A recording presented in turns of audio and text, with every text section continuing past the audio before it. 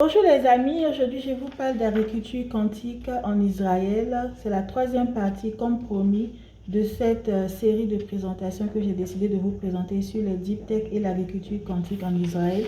Pourquoi j'ai décidé de parler de l'agriculture quantique en Israël? Parce que ce pays est appelé la nation Deep Tech. Ce pays est leader dans le monde en matière de Deep Tech, en matière d'innovation technologique. En lien avec des transmutations, des technologies de transmutation de l'existant. Donc, j'ai parlé de plusieurs, j'ai cité plusieurs exemples. Aujourd'hui, je suis dans la troisième partie. Je souhaite vous parler d'agriculture régénérative pour la culture du coton. Voilà, l'agriculture régénératrice a pour objectif de fortifier les sols, de préserver les sols aussi, d'améliorer la fertilisation des sols. Elle recourt à plusieurs techniques comme elle est mieux que l'agroécologie, elle recourt à plusieurs techniques, comme par exemple les puits de carbone pour fortifier les sols. Elle est très efficace, elle a prouvé son efficacité dans la culture du coton, notamment en Asie du Sud-Est. Ensuite, je vais vous parler aussi d'agriculture hors sol. C'est une agriculture qui a été pratiquée par les Aztèques, hein, il y a des millénaires. C'est quelque chose de pratique, de connu, qui a été pratiqué par certains peuples qu'on appelle indigènes. Mais moi, je n'aime pas le terme indigène. Certains peuples qui avaient des savoirs traditionnels qui ont été transmis de génération en génération, qui sont encore utilisés aujourd'hui, qui sont améliorés avec la modernité par la technologie. Alors, les Aztèques, ils pratiquaient déjà l'agriculture hors sol, qui consiste donc à pratiquer l'agriculture en se passant de la terre, sans terre. On utilise quoi? On utilise le sable, on utilise des billes d'argile, donc on utilise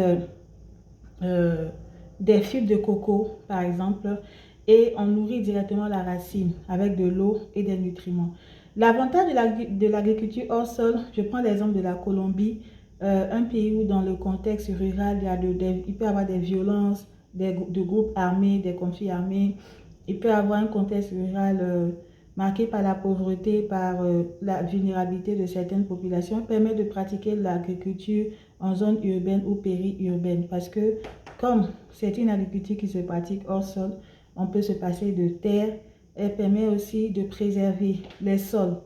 Elle permet de préserver les sols, d'augmenter la fertilisation donc des sols. Et elle est aussi économe en eau. Donc voilà quelques avantages de l'agriculture hors sol. Donc je disais voilà quelques avantages de l'agriculture hors sol.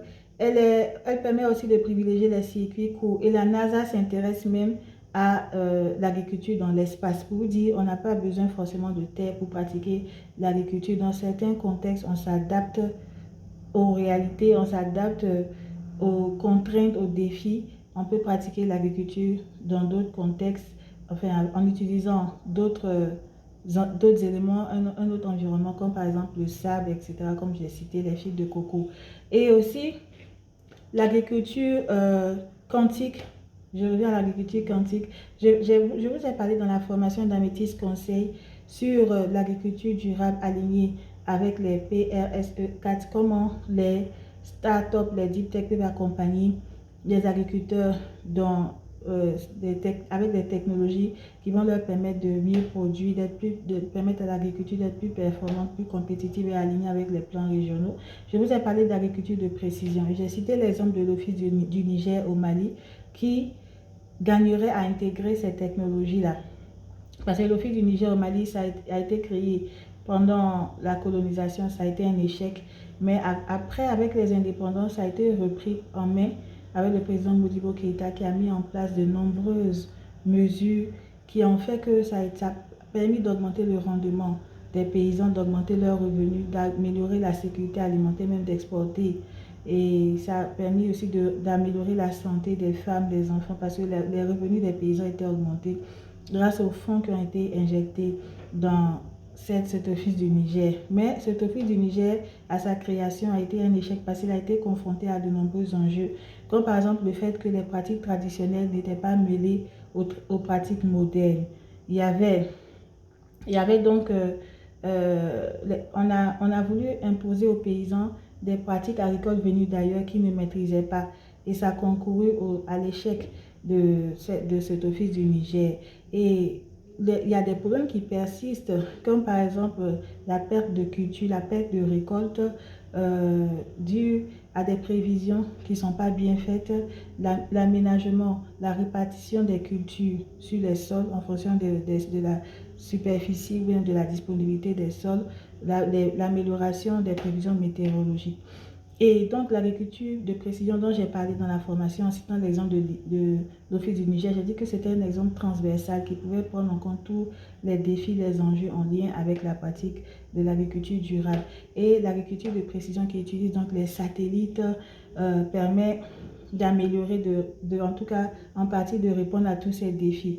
Et l'agriculture quantique, le quantique vient encore avec la puissance de calcul des ordinateurs améliorer la capacité de réponse à ces défis de l'agriculture de précision. Le quantique va permettre de mieux répartir encore les plantes, les cultures sur les sols, va permettre de mieux calculer les rendements pour éviter les pertes de récolte, les pertes de culture. Il va améliorer la conception des champs, la planification des itinéraires qui est très importante pour les éleveurs.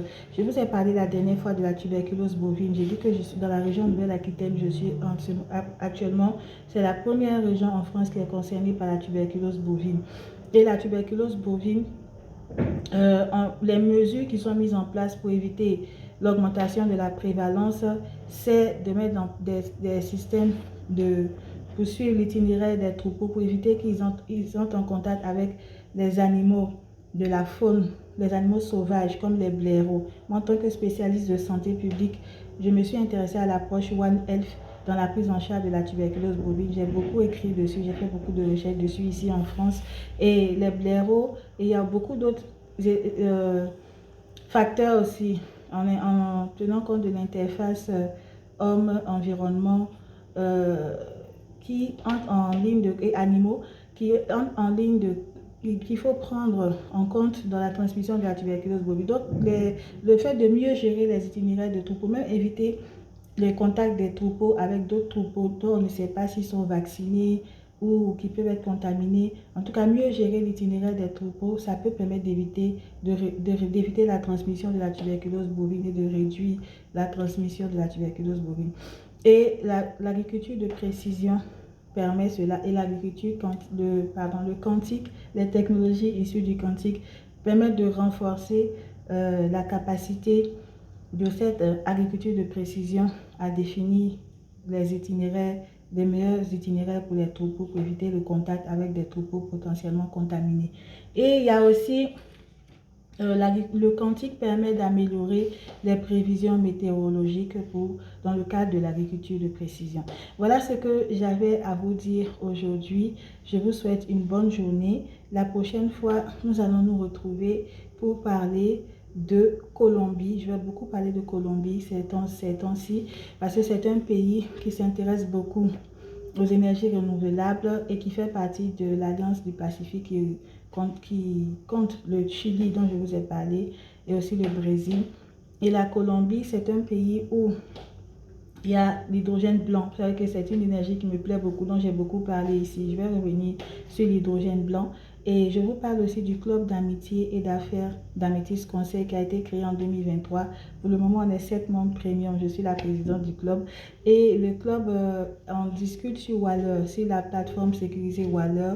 Je vais partager un rapport en revenant à l'hydrogène blanc sur l'exploitation durable, le stockage et le transport de l'hydrogène blanc. C'est un rapport premium. Ça sera sur ma boutique i-santépublique.com, mais il sera accessible uniquement aux membres du club d'amitié et d'affaires d'Améthyst Conseil. Donc, je me suis intéressée à la Colombie à cause de la présence de l'hydrogène blanc. Là-bas, il y a l'énergie solaire.